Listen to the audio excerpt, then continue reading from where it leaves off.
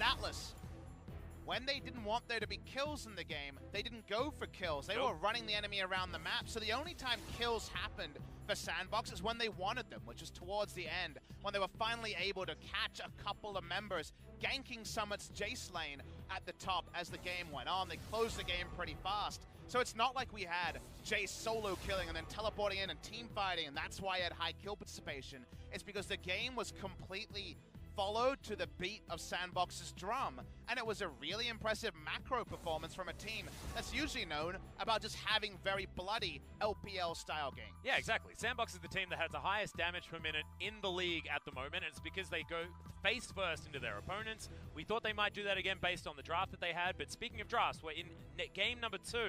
SANDBOX on the blue side this time around, already banning the Nocturne as their second option after the Yasuo that they banned on red side in game number 1. Do notice no roster changes for Afreeca. Yeah. That means I want to see Afreeca go for a very simple to execute comp, because I feel like right now, you cannot question any of these players individually. I think some people are very skeptical of Dread because he hasn't shown much on stage, but this is a guy who at the end of the Season 8 ladder, when it locked, and when, of course, we have now the Season 9 ladder. At the end of the Season 8 ladder, he had the highest win rate percentage in Challenger of 72% win rate in Challenger. Unbelievable win rate in solo queue. So these guys are very talented, but their fundamentals macro-wise are very poor based on what we've seen on the Rift in the LCK. So I don't want to see a return to game number 1 where they're just kind of running around the map and not being able to find anything. They need very clear win conditions that everyone can spot. They had to leave something up. They're going to ban the Ezreal this time, so it's going to be a Thresh return for Joker. And it feels like Red Side needs to have Ezreal and Lucian bans if there's an Ezreal player on the other side. And Ghost did prove himself in their last series as a player capable of wielding the Ezreal. So they are going to take that one away, and that means that Joker now gets one of his favorite picks. He was the one that was pinched in the first game and is not going to be this time around. The Jace is going to be picked away from Summit this time on the Afreeca side. It has been a very powerful pick in the LCK for the moment. Where is it going is the question. Afreeca, red side, they get to first pick Jace, a flex pick. Here's how you win this game as Afreeca. You make it into counter picks and win lane, win game. Because that is something these players know a whole lot about. Yeah. They are very good at laning.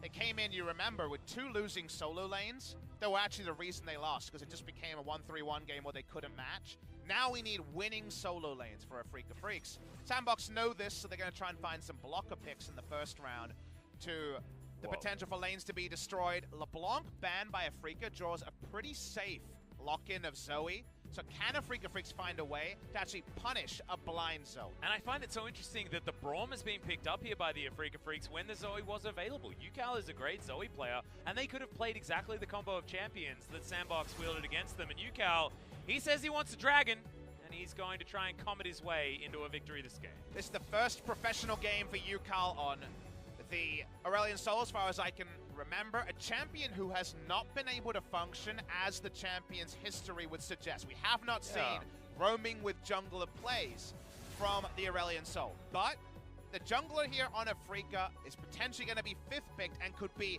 one of Dread's favorites. If I'm SANDBOX, I consider banning Kindred, because Dread is a legendary Kindred player, and if Kindred and Aurelion Sol can dodge out a lane, people are going to die unless there's significant mistakes by Afreeca. Well, SANDBOX now, their last ban to come in here. We'll see whether they augment that with another 80 carry ban.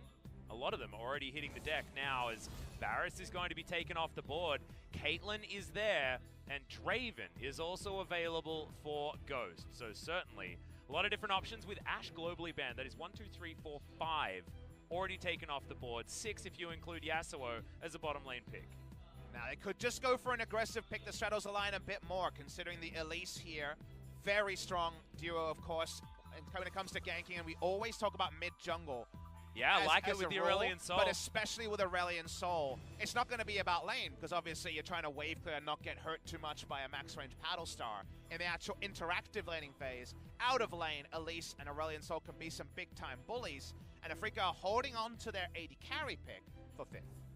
On Fleek, thinking about taking the Malrong special here as the Xin Zhao is left available. 3 seconds to go. He's got a lot of different choices that he could make, but the Xin, I think, makes more sense than that of the Camille that he was defaulting to in their last series. Has Looks like he's completely moved away from that pick now, finally, on 9.3. Huge combat advantage for the Xin Zhao against the Elise if it's just a 1v1, because if the Cocoon misses or is flashed over, you're dead as Elise. Xin Zhao will kill you. Cassiopeia going to be claimed as a bot laner in this particular game. Ghost returning to an awesome dude, another mage in the bot lane for him. That is what you have to contend with. Oh, Kaiser is left up. Okay. Is something that just wants to trim waves against the Cassiopeia. Yeah, you're going to scale up though. It's not going to be exactly the easiest lane situation, but aiming will have that advantage as they move into the late game. Once those evolutions do come in, we'll see what style of build he goes for, whether it's BF Sword double pickaxe or whether he goes for the Blade of the Ruin King, like we've been seeing from a lot more players recently. So winning lane-wise, check in the top mark. You like Jace into Urgot without a lot of jungle help. And in the mid lane, you don't get the check mark, but you're taking Aurelion Sol, so you know that it's not about the lane. However, so far, from both BDD and also from Fly, getting Aurelion Sol out of lane has proved impossible for teams. They haven't been able to do it in the 2019 meta. Can Afreeca make us believers? Because right now, we heavily discourage them from trying to play 20+ minutes macro League of Legends, because they have shown with this lineup no aptitude to do so. Yeah, not happening. But if the communication just needs to be between your jungler and your mid laner, that makes a lot more sense. Looking at the roster here for SANDBOX Gaming, Urgot, Xin Zhao, the Zoe, and Cassiopeia Thresh. The bottom lane of choice for a lot of teams here in the LCK has been locked in. It's powerful. We haven't seen it win every matchup, and could be a difficult one here against the Afreeca Freecs. We'll see whether Afreeca can make it work with the Braum Kaiser down towards the bottom side. Top side of the map, Jace, Elise, and Aurelion Sol, and certainly fits their play style of the players individually much better than game one. I'm just fascinated to watch this 2v2. Zoe's in, best case scenario, you die real fast. Aurelion Sol, Elise want to get 2v1, not 2v2. So they want to get on the map, so it's going to be really interesting to see if Afreeca or their opponent's SANDBOX can take the lead there, because my indication is get the lead in the 2v2, and that could snowball you to a victory. And I think vision is just so important as well. So much pick potential on both sides. Let's see what happens as we hit the rift.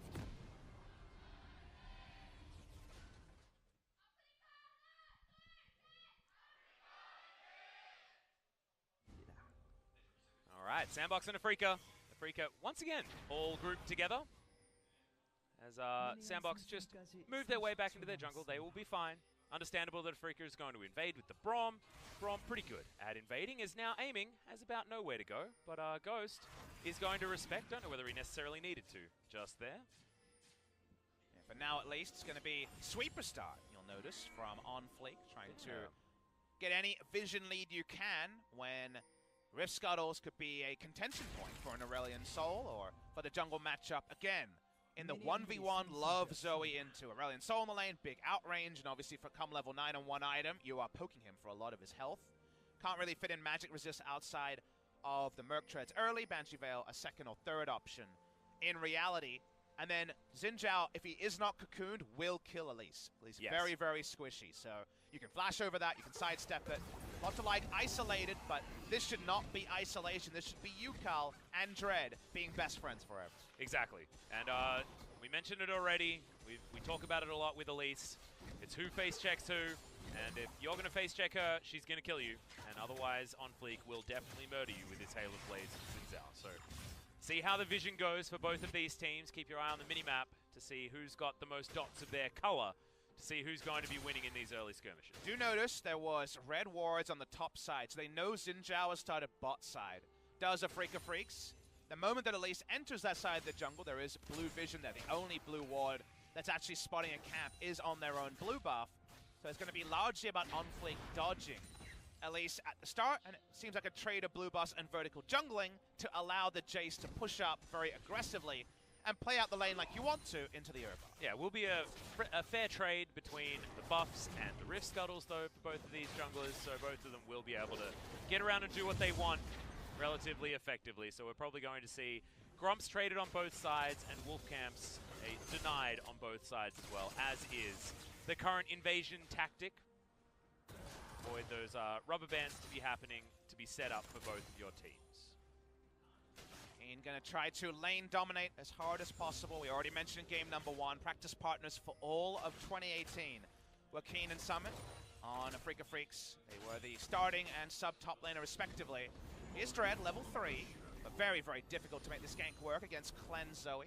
Yep, means UCal can stand up further forward with his Celestial expansion, and I believe Dove just missed that cannon creep there as well. So Afreeca Freecs are going to get a little bit out of it, even if it's not anything that you can see represented on the scoreboard. Is looking for a dive. Yeah, they're looking on over, and this is what we asked of the Yep. Afreeca Freecs. Loving it. This is exactly what they need to do, and here we go. Yep, there's the Comet of Destiny in from UCal, and Afreeca Freecs, they want to try and find this one. Good stun is going to land. They dive on forward, and it's Keen that grabs the kill. Papa Smithy with the clap as Afreeca Freecs finally do what we knew they could do at the beginning of the season. Classic Aurelion Soul, been on the rift for years now, but not seen in the LCK.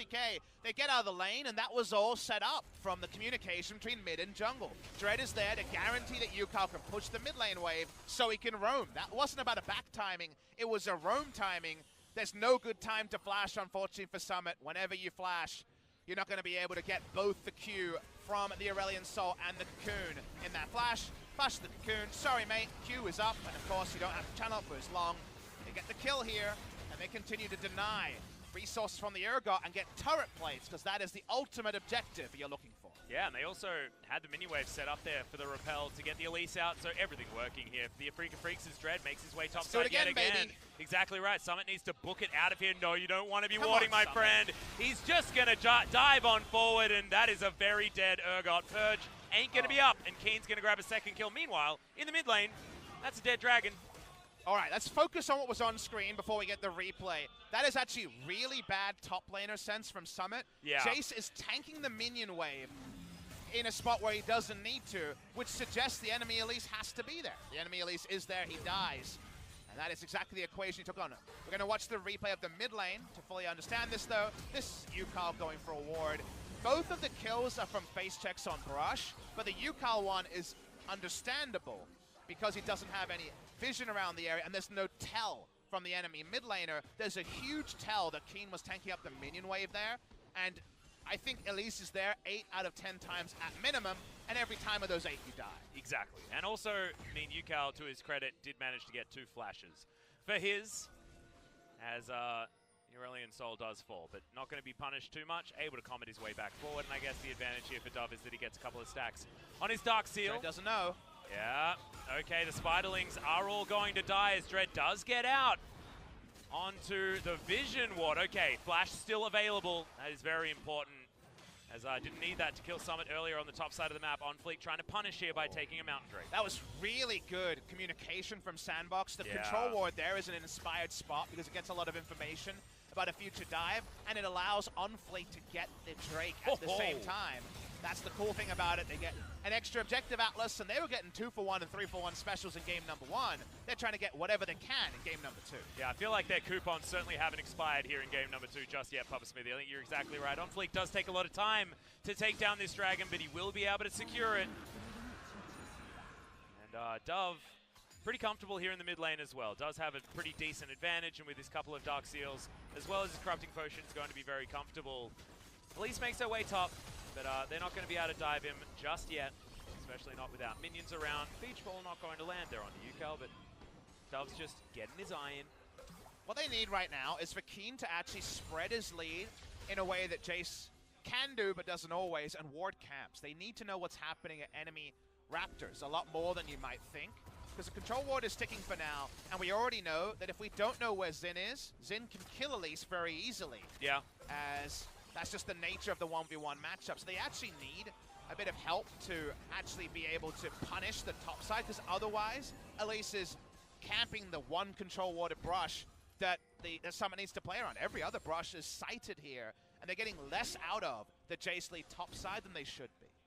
Well, right now, Dove's just laning against UCal. You saw Jelly making his move here towards the mid lane, and it's not exactly a similar scenario that we saw in our previous series, which was Deft being left on his own, because aiming's getting trashed. In the farm, on Fleek, is lying in wait here. Dove has a proto belt. They can get over. All the vision is available for SANDBOX, and a Paddle Star should be able to lock this one down, but Dread decides that he's just going to take that one away for himself. And SANDBOX not wanting to bite off more than they can chew at this stage. What I want fans at home to appreciate is that with those 3 control wards, SANDBOX were the architect of their own decision there. They're against a team that has a huge roam advantage. Damn, Aurelion Sol, right? Yeah. And yet, they can make the choice of, are we fighting or are we not, with full information. The map hacks there are relevant, Atlas, because they said, no, I don't think we can outplay in this scenario, we'll back away. They didn't just have to dictate. They weren't dictated to. They actually chose to play defensively. Yeah, they did. And what's happened here is Onfleek's managed to get a 2-level advantage because Dread's been roaming around with his team and trying to camp brushes for these ganks. We've seen this before from Elise's as they've been picked up. I feel like the man who's really been able to control Elise play so far in the LCK has been Clid. His Elise has been fantastic. His balance between when he should farm and when he should sit in brushes has been beautiful. But Onfleek is really making Dread look a little bit silly at this stage, being so far ahead. And I want to be right there with you, just proclaiming how good Clid is to high heavens, but I actually think it's more significant and more damning than just what you say.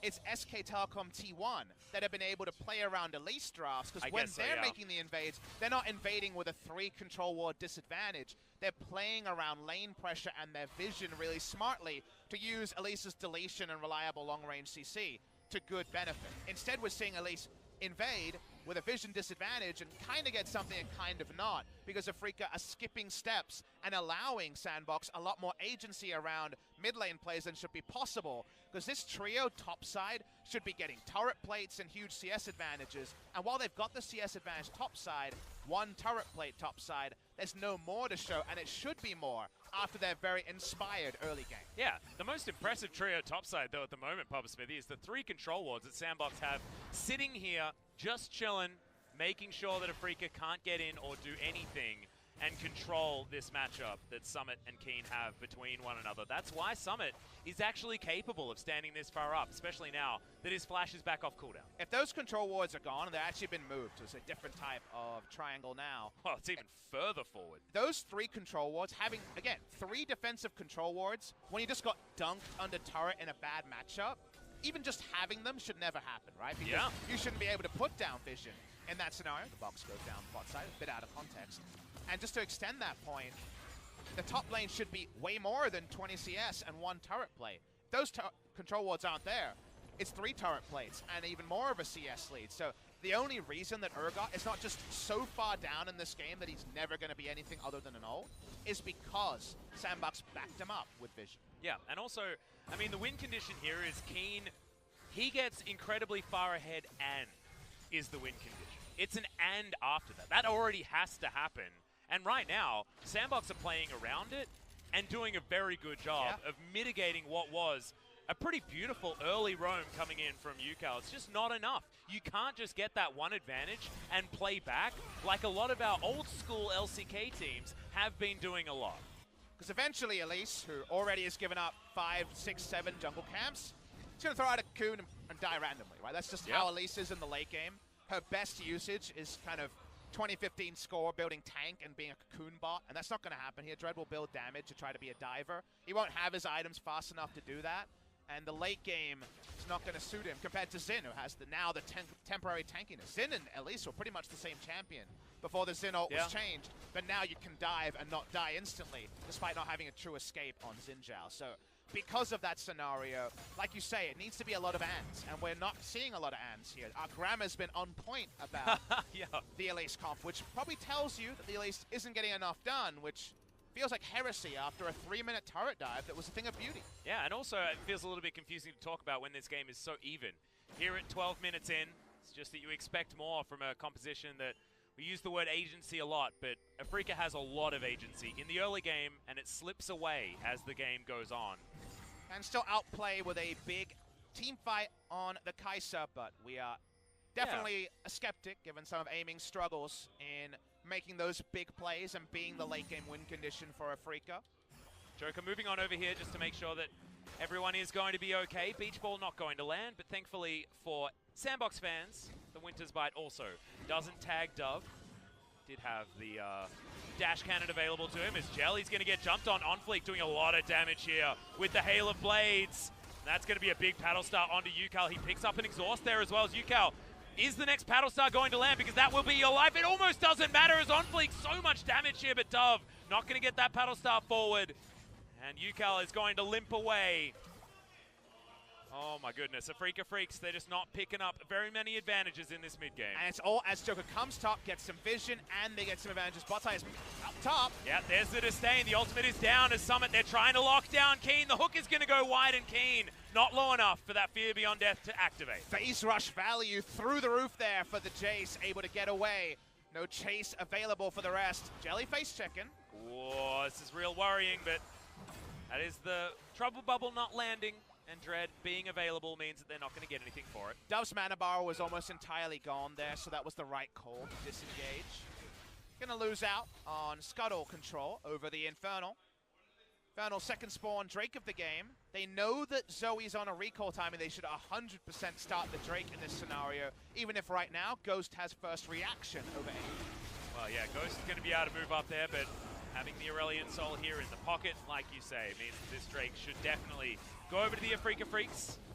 Certainly a bad news story here for SANDBOX at this stage, but it's fantastic that they've been able to get something done. And if that smite wasn't on point, that hook would have stolen that dragon. I know, and you kind of saw it coming, didn't you? Yeah, you did. Not to happen here. Joker, we're missing Max here in the LCK, and Joker was trying to do his best Max impression. He's stolen with a hook before. Joker's being so bold right now because he knows the enemy wants to full reset, and he's walking into an area where they have double control ward and a huge vision lead and just trying to delay backs so that they can find some map advantages while the enemy's on a reset. Afreeca just got an advantage on a reset by taking the Infernal. The SANDBOX, what you're noticing here that's different to the previous game is that even when Afreeca are strong, they're getting little jabs in. And they're not big punches, but this is kind of like poking at a friend or something when they make a bit of a crude comment. They're trying to stay competitive when Afreeca should be at their strongest so that when SANDBOX steady themselves a little bit and it becomes more about macro vision, they'll actually be in a position to fight back. Yeah, and also when, you know, the Urgot value is going to come in here. He's not just going to get slaughtered in lane by a Jace over and over again, which is what you expect from him. He can jump on forward with his Righteous Glory, things like that, as the Comet Legend is going to come out. The ultimate getting a lot of value here. Out of OnFleek, avoids a lot of those comments as Dread down extremely low. Summit getting the work done, but Dove is the one that finishes it off. UCAL creating beautiful space, and Dove is going to fall down. Keen is going to get the stopwatch out of OnFleek, who walks his way out. The hook lands on the dragon. See ya, buddy. You can take those stars and you can put them back in because the Death Chamber is where you're going in SANDBOX. We'll push up mid. And SANDBOX get to outnumber because they fell back, got the vision down, and the moment that Afreeca started face checking, they got out-traded there, run around the map in a similar way, but looks different, of course, a bit more explosive in game number 2. Ghost and Aiming completely separated this time. Oh yeah, there's the flash, gets the stun with the petrifying gaze as the Killer Instinct is going to be there, but Aiming, is he going to be able to win this one? Oh, Joker in with the save. The auto attack from the Flay would have been enough, but Keen turns it all around. Corrosive Charge not enough, and Aiming is going to escape from this one. Summit might be following the same suit, but Keen taking a lot of damage. The knockback there, Jelly's going to turn up, but misses the ult completely. Will save Keen for it, but they're not going to be able to get the kill. Nice smooth moves there. Salvage what could have been a really bad scenario for the side of Afreeca Freecs. Dread smartly going to find an objective at the same time. SANDBOX once again outnumber, but not actually able to take down the enemy where they stand. Yeah, that's exactly what you want to do. Dread is, of course, still squishy, so if Dove gets on over here and lands a choice Paddle Star, with the information that he now has, he will be able to get some work done.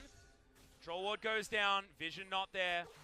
No jungler to speak of just yet, so that means Shelly will be going over to the Afreeca Freecs this time around. No free lunches, but he should be able to finish someone off. The patience bar is pretty low on both the Afreeca fans and this objective. All right, OnFleek, can he actually get in here? The Flay is going to go back. They do manage to take it down to the Afreeca Freecs, but Dread has to sacrifice himself just to pick it up.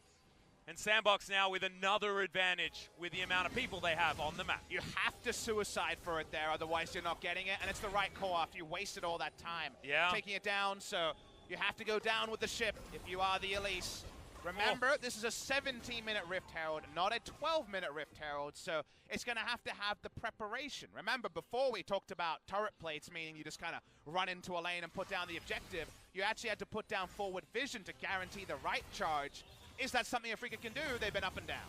Well, at the moment, OnFleek's health bar is just going down. a lot of damage there as Keen going to dive on forward onto Summit. Can Summit actually offer anything back here? He's wanting to try and find a flash, but he doesn't actually have it off cooldown just yet. Goodbye, Summit. The heal is going to be cycled through, but Keen just going to look for it. Corrosive Charge going to get the slowdown, and meanwhile on the bottom side of the map, there's a lot of damage coming in here. Okay, Dove not going to be able to save his top laner, Afreeca Freecs. No one getting on over there. There's no assists needed, as Dove not going to get stunned from that one, but does use the cleanse regardless. And that's going to be even Shelly joining this parade in the mid lane as Afreeca are finally making some good map calls. You're right, they are. They're finally getting some charges. Not going to finish it off as they're actually, I believe, a flash used there. That was just maybe the ultimate coming through from Unflay. They do lose mid lane turret. Longer map now, plenty of room for Yukal to roam through. These are all good moves for Afreeca, but they're not game breakers. They're just actually putting their draft to some use, not to a gold lead use. They are 1,000 gold behind SANDBOX. Yeah, SANDBOX still actually in the lead when it comes to the gold, but as this game moves forward, you have to feel that things are looking better and better for the Afreeca Freecs if you compare it to their previous performances. Remember, this is second last, potentially, versus second here in the LCK. It's like Griffin versus Jinair, but just not quite as bad, if that makes sense. So this will be a huge win for Afreeca if they're even able to pick up a game, as Ghost so close to getting this solo kill, but aiming, playing it out just about as well as you can, as Ghost wishes he had thrown out at least one auto attack before taking that land. There's one single next level there, and that's when Ghost flashes, knowing that you're always going to get a return Void Seeker trade attempted by the enemy Kai'Sa, and that's when he turned around and got the Petrifying Gaze stun. No kills come up. Summit's a level down, of course, had to deal with being dunked in the early laning phase and only had a heal, no flash, so it's all about wasting time here. Does Keen actually not use? He doesn't use, it's interesting. He must not have had cooldown on... Yeah, I think he used a just regular Shock Blast. So didn't have cooldown for the Empowered that would have killed. He just wanted to chase, and of course the movement speed advantage was on the Shrine that was available for the Urgot. Well, now the movement speed advantage is on SANDBOX, as they've been able to take down this Cloud Drake. Earth, Wind, and Fire is going to be the Order of Dragons, and also the order of one of my favorite songs, as SANDBOX take down the blue buff for Dove, and looking to wrestle back some control here of this map. 2 turrets to 1 means that Afreeca should have a global gold advantage, but at the moment, with the farm going very nicely in favor of the bottom lane for SANDBOX, and them getting more turret plates down there, means that SANDBOX do have that slight gold lead. Really, really fun part of the game right now. There's no blowout here. We're seeing the most competitive game of the day by a million miles in this particular one. Things to note, Double Pen just now completed 20 minutes, nothing else. Stiff Breeze and Dread dies to any sort of AoE. The Paddle Star is one-shotting, that's for sure. With the Triforce being slowly cribbed together by Onflake, he does have a huge lead in farm, just outrageous lead. That's 16 camp lead. Dude, he's got a 20 CS lead over his top laner. Yeah, he is really strong, so I think Triforce is going to come in around 23 minutes. That's early. Yeah, for the really jungle. Early. And he's going to be crazy strong. I actually really like this on a Xin Zhao, actually investing a bit of resources into making him relevant. Do notice that it's a control build coming through from Cassio, Rylai's, and also the Ceres. High mana, so you can start Baron from it. And your Baron turn with Miasma and also slowing on your Q&E. As soon as Leandris comes in as well, he's going to cut through the Baron extremely quickly. Trying to make a pick comp that doesn't require a Trouble Bubble in order to get that first pick. So a lot of objective fighting coming from SANDBOX. Here's an ult. Yeah, ult's going to come out from Jelly and does bait the flash in. Out of Summit. So that's once again an Urgot that is susceptible to a lot of ganks and a lot of pressure, depending on where he's going to be positioned on this map. Can't be using him to go any further forward. It might be Joker having to stand around Summit rather than the Cassiopeia at this stage. Ghost is in the mid lane at the moment. IE build was preferred from aiming and have the ability to do a lot of damage till later to some of the tankier targets here. No Blade the Ruin King for Stain either. Summit feels strong enough to walk up here. We know that Dread and Jelly are joining. Yeah, we know that they also had to get the hell out of there as the Cocoon is going to land. Box comes up, but it's not enough to actually save Summit. You mentioned the double pen. Damn, this Elise does some big damage. Too greedy walking up there when your flash is down by Summit. Misreads of the map here have been one of the few times he's had some rookie tendencies. Yeah. In his first split, actually playing on the active roster. Dove is in a lane against Aurelion Sol. We know that goes well in the 1v1 as OnFleek just says, I'm coming in. Yeah, tried to sidestep the Voice of Light there, but the knockup does come in. Ukel has to flash to trade, and now Aiming will dive on top. That is a beautiful bait to come out from the Aurelion Sol, and now it may not even be Dove escaping as Keen dives on forward. Good exhaust to come through as Keen tries to get the prediction flash. Battlestar comes in, that's the boot back, and Dove actually baiting it out for the moment. The Void Seeker comes in, no Killer Instinct, but Empowered Shock Blast, he can't juke everything, and Keen grabs another one. And you can see that the power in the lanes and their early roam is giving Afreeca a very simple way to play this game. See hero, kill hero, go aggressive on the champions is working, as SANDBOX doesn't have the map control game number 1, and thus is getting caught being too far up in lanes that usually they're ready to fight for. Well, at the moment, we've got a jungler and a mid laner dead. SANDBOX might need to try and get the Afreeca Freecs off this Baron. We don't have Petrifying Gaze used just yet, but Keen coming in for a flank is really scary. 5 versus 3 here. Hook is going to go wide. Insult. Once again, I mean, I'm sorry for all the introductions, but meet injury once more as Ghost has to flash out of the way. Seraph's shield is going to be there, and that's going to be the kill onto the support. OnFleek trying to do something, but out of the death chamber, straight back in there as the Afreeca Freecs can move back to the Baron if they want to. Don't know whether they're going to. Low health bars. SANDBOX at least going to have that. So many people ramming themselves into 3 or 4, trying to delay the Baron. Does that, but not much else. Keen is starting to pop off in this game. Most experienced player on Afreeca with Spirit out of the roster. OnFleek goes in, and it's already, you're like, I don't really understand why. The teleports are the insult upon injury. You mentioned the deep one from Keen is the most relevant. He's spotted on that control ward. Doesn't miss any skill shots as this particular fight goes on. He starts with the chase here, flashes in, so the Battlestar's not going to do a lot of damage. They even get the Ender with the EQ. We didn't see the EQ last time. This one on point for Afreeca Freecs. Yeah, nice one there from Keen, but Dove was in definitely the wrong position. And this was just a 5 versus 3, Pop Smithy, and that's just generally not going to be a great example of League of Legends. Don't really know why OnFleek goes in after poking. He still goes in. That's the part I don't really get. I guess he wants to kill Kai'Sa, but... Oh, he almost does too, actually. Summoner being up, I guess, was the reason there, so that was communicated. If it wasn't, then you can kind of understand it. Regardless, we zoom in on the game. Afreeca have done a lot. They have a huge kill lead, but the gold lead is not game-ending. No. At 3,000, not 10% of the gold. SANDBOX still do have a real way in, especially if people start face-checking this Cassiopeia. I think it's going to be scary. It's okay. Trouble Bubble's going to land. Keen has to use the QSS in order to get out of the way. Thankfully, he did build that one up. So Braum has, of course, one answer to the next Trouble Bubble. No other QSSs, no other cleanses available other than Ucal, who's going to be wave clearing in mid. So double control ward is actually not just a mistake. Who's to say if it was on purpose or not, but damn, it takes a while, and it gives Dove a time to get his eye in. Yeah, the really scary thing is, though, is if Aiming can actually free hit in a team fight, and a lot of space would be provided by the Aurelion Sol, this is a really scary time, because he's got a Zeal on top of the first 2 items that he wants to be building in an ideal scenario as well. I mean, this isn't the Blade of the Ruined King try and actually have some lane strength. This is Infinity Edge into Ginsu's Rage Blade, ultimate power Kai'Sa. Don't have eyes on Dove, but I take your point. Aurelion Sol and his ability to control space, an underrated part of his toolset. We always focus on it with yesterday when we had the Sylas mid lane and Swain, another zone control champion. Aurelion Sol, if he doesn't have to worry about being poked to death by Zoe, can have the same team fight impact. Looking at gold numbers here, and Keen running away with top and then some. Yeah, 900 gold bounty. Only a 451, a measly 450 onto Ghost on the Cassiopeia. Gigantic numbers, though, on Afreeca Freecs' side. The whole gold lead is doubled, and then you get Keen's gold lead in lane. That is how far ahead. He is 4,000 gold ahead of the Urgot. The Urgot is in ult-only territory at this point in the game.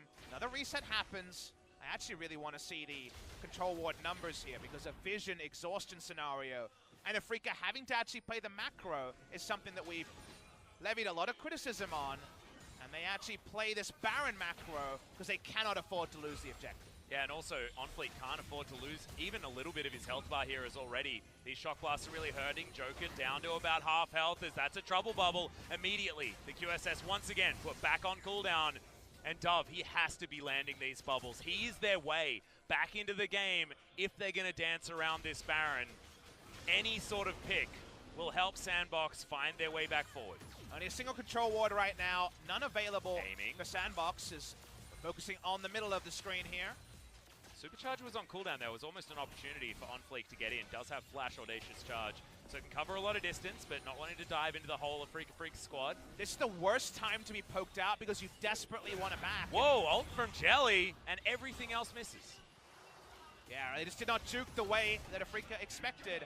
But every bit of poke here is so significant because you can't afford to have a disconnected recall when no one on either team has a control ward to put down. The Baron race could be lost in an instant here. Necessitating backs is a way Afreeca can actually get the safe start on the Baron. Well, Trouble Bubble just going to tag onto Keen. Teleport going to come in here. And that means that once again, you're going to have a stalemate around the Baron. Afreeca, they definitely want to get that poke out, but the waves haven't been kept in control of. You can see that bottom side, thanks observers, as that inner turret may actually just fall to minions that Afreeca cannot actually claim. Watching here, this is the standstill. A Mexican one once again. We're A-ramming this time, and SANDBOX has to opt in. They don't have their vision on Baron to stop making this play. Voidseeker goes wide. Yeah, and that Voidseeker might have actually meant Killer Instinct there as well from aiming. Because having him that far out of the way, you can see as far as item spikes are concerned, OnFleek is a GA away from being exorbitantly strong. And you've got the Leandries. No vision is the thing I'm going to zoom in on right now. No vision available. Means that Afreeca going to lose control around that objective. That means that walking up here is so scary. Dread will die in an instant. Yep, shallow teleport coming in from Keen there as well. As this Baron has been started. This is one of the early SANDBOX Barons, and it's definitely a good thing as Ghost finally going to come in here. Now the Baron is going to take some real damage. Miasma in there. You ain't flashing over that wall. Baron goes over to SANDBOX against the run of play, and now Afreeca trying to catch up. It's a good cocoon to land, but that's a heroic ultimate out from OnFleek to get everyone back, and Ghost is free hitting with the ease, aiming also, trying to free hit in the backline as Ghost is going to be taken down, and Kai'Sa could potentially take over this fight. OnFleek has made his way out. The rest of SANDBOX looking to make their way out as in goes Joker to sacrifice himself, and Dove even picks up the trade kill. They're only able to get 2 down. That was the Baron dance that we knew. 2 for 2 and Baron though. Exactly, and that was the big thing here. It played around the vision exhaustion that we were hyping up. There were no wards for Afreeca. They had to back. They were out of position. Double smite means that Summit, level 14, actually a lower level than the enemy jungler, I believe. We'll get the confirmation soon. Still gets the double smite in with his jungler. They lose the Baron, Afreeca Freecs, after so much good work around the top side. Yeah, it's just a disaster here for Afreeca, and under 1,000 gold is now the difference. Look at this Miasma going over the wall. No one splashing in. Trouble Bubble. They're in the way as well. And there were 2 smites on the side of SANDBOX, so that's going to help them. 2 smites, and it's the time to swap over, because you don't need the information. Afreeca knows the Baron should be started, but it's about half a second earlier than they expect. They get the exit kill on the Elise. They will also get a trade kill earlier. You need a team wipe here to actually make this only about the gold and not about some of the buffs, but 3 buffs available for the side of SANDBOX. Look, he's such a hero. Shen in game number 1, now the Thresh in game number 2. Not afraid to throw his life away if he can help his team in any way. And that was almost way worse for the Afreeca Freecs because Fear Beyond Death got just about to arm, and then the repel happened out of Dread. So that 4-man Fear was denied purely by some good timing and being lucky that it wasn't still there when he came back down again. And such a great metaphor illusion for the greater 5v5 scenario we see of SANDBOX players knowing their role and Afreeca Freecs still being confused, just as very young, brash solo queue players of what role each player needs to play in every different team comp. Yeah, exactly, and I feel like Joker knows exactly what he needs to do. He's got all of these weapons and he needs to point them in the right directions, and he's doing a great job. Aiming, you can't be taking poke damage like that. As SANDBOX knocking on the front door, and they've got the Baron buff. See you later, inhibitor turret. That's the kind of paddle stars you need to hit to make Zoe look completely busted. And it also makes this comp from Afreeca look how it is in a siege scenario against a Baron buff and a Zoe. There's nothing they can do. They're just taking free pokes. Everyone walks up to wave clear. Jace can't do it with an EQ anymore. Aiming tries to trim a wave, and his health bar is trimmed to alarming levels. Yeah. And this is also exactly the point in the game where SANDBOX wanted to be making a move items-wise as well. They've just finished 3 items on the Zoe, as well as the Righteous Glory finally being there for Summit. He's been looking for this item to claim some relevance here, and You got GA on top of the Trinity Force for the ultimate Greed Xin Zhao build out of OnFleek. This guy feels like a solo lane Xin Zhao right now. He has been able to prosper and may have even end up getting over 100 CS lead, one of those flame horizons on the enemy Elise. And Atlas, at least this game, has had a lot of teaching moments. This game has had a lot to understand about vision exhaustion. And guess what? You went for the Elise, you tried to get the kills, and you got to start, but no more than that. Elise can't Gragas bowl. By that I mean she can't stand behind the pit and contest Baron vision. She just dies in an instant. That was the struggle they had. Speaking of dying in an instant, Keen's a big boy. Yeah, he's going to boot back Summit here as the ultimate gets thrown into the heavens. As oh no, does have the perk. Turret shot in there after the disdain, and Summit says, I'm taking you with me. The disdain there actually gets the trade card. I didn't even know that cooldown would back up, but it gets the work done. Oh, good hook comes in. The cleanse is there from UCal, though, and keeps himself alive with the extra tenacity. Inner turret will fall down, however, and without the Jace on the map, man, that would have been so big if Keen had to survive, but now it's a 4v4 on this siege, and it's a dangerous one. Teleport available for Summit, not for Keen. No flank from this Jace. He's going to be coming in here. Base could be broken in another place right now. While they don't have great siege champions, damn do they have great poke damage. That means that a Cassiopeia comp almost pokes down the inhibitor turret at 33 minutes. Jay still 10 seconds from respawn. They're going to back away, though. Not going to take any more risks. Baron, the Elder, the big objectives are on the way. Yeah, just so heroic here from Summit. I'm glad that he gets a bit of a zoom as he walks back out, because that siege on the top side, all of that damage on the top inhibitor turret would not have happened if the Jace was alive, because then 5 versus 4, and nothing going to be happening there. So we're going to have a look at this 1v1 yet again. Keen, of course, way stronger than Summit at this stage. It's a 1-for-1, but as far as I know, there should have been a very significant bounty onto Keen in this fight. No, only 3 because he died earlier on and didn't actually have the overflow bounty just yet. I'm focused on the kill score of 8, 2, and 5 after the play, because there's still 1,000 gold bounty on the Kai'Sa. Yeah. The bounties are still big, but like you mentioned, not actually a punishment there. Orchid's going to land onto Jelly. Might be the pick-off, but no. Joker has to be very careful, and Trouble Bubble not going to be acted on here as OnFleek. GA still in hand. Winter's Bite not finding the mark. Where are we at vision-wise? What I need to know. Of course, zooming in on the game, because the pivotal last team fight might happen now. Whoa, Flash Cocoon, but Ghost is immediately going to go into the Zhonya. Summit is now going to try and body block as Dread drops on top of him, and a lot of damage now onto the Elise. Remember, very squishy build coming in. Inside track being taken from the Afreeca Freecs. 2 seconds on the Baron. Inner turret trade for Baron might be the call here as they move over to the Elder Drake. 2 dragons apiece for both of these teams. It looks like SANDBOX want to go for the trade. They've started this immediately, and the Elder is in fact going to come in now for the Afreeca Freecs. So can SANDBOX actually play around this and not engage the Elder buff team? This is a really interesting trade to consider because it's multifaceted. The first thing to understand is that SANDBOX's comp sucks at chasing. They're much better when the enemy comes to them, and they had all the vision set up around Baron. You want people to be face-checking over walls, for Paddlestar and the other tools to be used. So actually chasing into Elder is really hard for these 5 champs to pull off.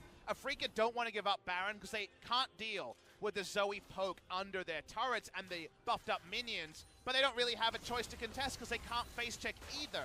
So it actually ends up being as close to 50-50 as you're going to get in this scenario, and yet the right trouble bubble and the punishment from SANDBOX can be huge. Yeah, Elder Drake giving you burn damage on your autos and your spells ain't really going to help if you're dead.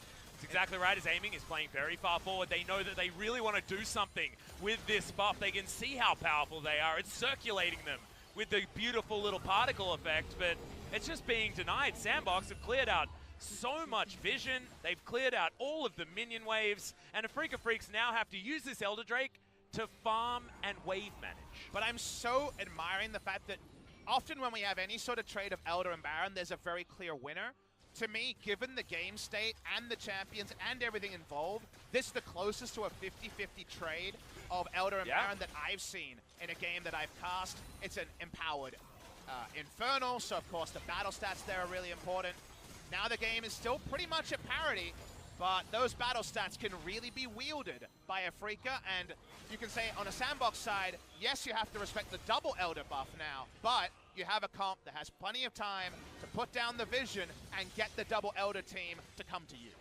The only sort of counterpoint that I would have is that because it's not the second Elder Drake, you're going to have Baron for a little bit longer. So if SANDBOX can actually time this, they still have a little bit of Baron Siege timing. But I do see what you mean. Afreeca Freecs, they want to be able to fight. They want to be able to start something up. So does SANDBOX, like you mentioned, mill them around for 25 seconds and then have 50 seconds to say, we're doing something, what you're going to do? Now, there's no Baron for them to run over. There's no overlapping buffs here because both teams are wearing one. So it's actually hard to force a fight. But if you're hoping to force a mistake, Afreeca Freecs have made some positional mistakes over the course of the last few series. And right now you've got Afreeca Freecs trying to get down this mid lane, SANDBOX trying not to get routed. They don't want to let Afreeca Freecs have the inside track, as now a minute is on the Baron and there's no Elder Drake available as on Fleek.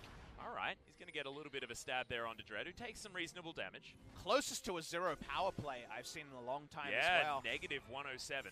Showing a lot of respect to SANDBOX, understandably. Now's the time to push up a little bit. So just the one more minion wave is the best you're going to get. Summit says, I'd like to get some turret damage if possible, please. Yep, inside track in the enemy jungle means that Joker keeps Summit safe here as well. Keen not going to be able to offer too much.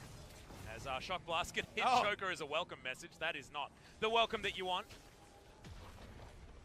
Standing in front of this last cannon minion. Here's the wave. They're going to get most of the time on this wave, and see that the only objective they claim is after the Elder goes away on the inner turret. Yeah, so that is going to mean that the power play does equal, you know, at least positive numbers, but if you think about it, that denies Afreeca Freecs having any sort of Elder Drake power play as well. As Trouble Bubble not going to land. Redemption picked up from Dove as well, but the siege is not with Baron buff minions, so actually Afreeca can walk up and not give up 3 or 4 rounds of Paddle Stars worth of damage. Oh, ow! I don't know. I think aiming has just a homing signal on him. Yeah, I mean, aiming is teaching everybody else how to do the aiming, I guess. I don't know. It's very confusing. Maybe he should rename himself to Catch. Or Magnet. Yeah, one of those. Trouble Bubbles certainly are no trouble for aiming, as we've seen exemplified in previous series. So let's zoom out a bit, because we've been so focused on the vision battles. To understand where the game is at item-wise, as items starting to be stacked up, we're seeing full item build on aiming. This Kai'Sa is super big. He has so much farm and has been able to put together 75% crit build and also all the other staples. There is more item spots open on the side of SANDBOX. They can actually have 10 control wards in the infantry right now. But if you look at Afreeca, they're playing a solo queue style. They've got power. They've got amp tomes in the inventory. I'm really a huge hater on amp tome in Elise's inventory. What does that do exactly?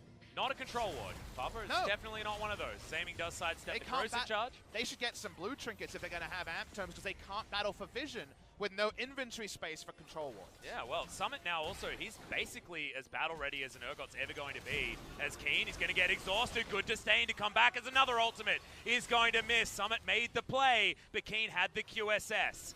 So he's going to be able to dodge out of the ultimate this time around. Afreeca can't put down wards. They don't have them in their inventory spots to do so. So Afreeca need to find a pick. They're looking for a mistake, not finding one. The fallback Elder or Baron is so much easier for SANDBOX. And I can't see another 50-50. There's the hook. Yeah, Joker going to land another one, and the vision game is just being won by SANDBOX in almost every regard. But Summit, if he's standing too close, things could become a problem. Afreeca Freecs throwing out a lot of their buttons here as Summit does use his cleanse. In goes on Fleek, but this could be a mistake as he dives back. A lot of buttons are going to be used there, but Yucal not going to be doing too much. Aiming, frontlining on the Kai'Sa, and he's going to survive. No kill's going to come off just yet. Not even the GA, as on Fleek sidesteps the stun, flash forward. Oh no, Ghost! He makes the first mistake in the fight, and now Dread trying to follow on further. Dove, no trouble bubble there as Summit. He comes on up, and it's a double kill for the Kai'Sa, and we know what this guy's capable of now. The Kai'Sa is so strong, and Dread grabs another kill on the back end. Afreeca should be able to get SANDBOX here. They should end the game here. They have a huge man advantage. Xin Zhao can't even stop the minion wave from pushing in. They're going to push in and end, and I think SANDBOX lambs the slaughter. Yep, Dove is probably going to have at least another paddle star to try and get something, as at least he's able to clear out some minions. OnFleet clears away the Elise, but they can't kill aiming, and he's going to take down the Nexus with 2 auto attacks. Afreeca Freecs able to take it in the clutch. SANDBOX Gaming, they tried to poke so aggressively, but their chase damage wasn't there like we noted earlier, and in that case, they are too greedy. The Cassiopeia further commits after the rest of the team was on the disengage. That proves to be the wrong choice, and we're going to game 3 for the first time in a while. Yeah, and the Afreeca Freecs just change on a dime from game number 1. Game number 1, they rolled over. They didn't know what to do in the late game. They made terrible choices. This game, they were cool, calm, and collected, waiting around there in the mid-game. And I honestly thought, Papa, I want to admit this to you, that Aiming wasn't going to be able to avoid making a mistake all throughout that late game. Because so far this season, he has been making missteps. He has been out of position. This time around, though, absolutely beautiful stuff. As you can see, the Afreeca fans very happy that finally they're able to get one back here. And that's just to get and stay in the series. That's the stress the fans are feeling. Can you even imagine how the players are truly feeling while they're trying to master their emotions, knowing this series is there to be won? SANDBOX Gaming were in a really good spot to win that game because they had the ability to put down more vision after the next reset. However, they got too greedy, trying to poke, trying hard engage, trying to get in the face of the enemy. They didn't have an exit plan, they only had an entrance plan. And the exit there was the big problem for SANDBOX, as in that passage of play, Afreeca Freecs closed it out. Yeah. Just so cool that we can see both of these top laners playing so exemplary on the Jace pick, one game after the other. You have to be feeling like Keen's going to be able to grab that MVP despite that 1-for-1 on the bottom side of the map. He was still able to do so much work. In the early game, I mean, the game could have been just straight up over if the Jace hadn't have dominated that laning phase. They ticked that one off the list, and they got to a late game with a Kai'Sa with 6 items, and then that was all she wrote. This needs to keep the game simple. That's what Afreeca Freecs need. They need to see everyone in vision and try to find a big play, and they found the right player. Aiming pulled it off, and that means we get that game 3. Yeah, we get that game 3, but I don't think we're going to be seeing Jace over in this game as well. We're going to be able to check out some stats from this game. I'm excited to see who's going to be able to deal the most damage, because I feel like Aiming's, damage number is not going to be super high. 22.9k is a big number, but 40.4? That's what happens when you're in a good matchup and you're just putting down damage in lane, but also damage in those team fights. Huge amount of DPM for a Jace. It's almost 1,000 DPM for a top lane Jace in this game. Yeah, and look at that gold graph as well. SANDBOX, it's a bit of a heart monitor here at this stage. You can see where the pulse quickened towards the late game, but ultimately SANDBOX fell off that cliff as their Cassiopeia bit the dust. And this is Ghost making that misstep, not finding the stun with a petrifying gaze.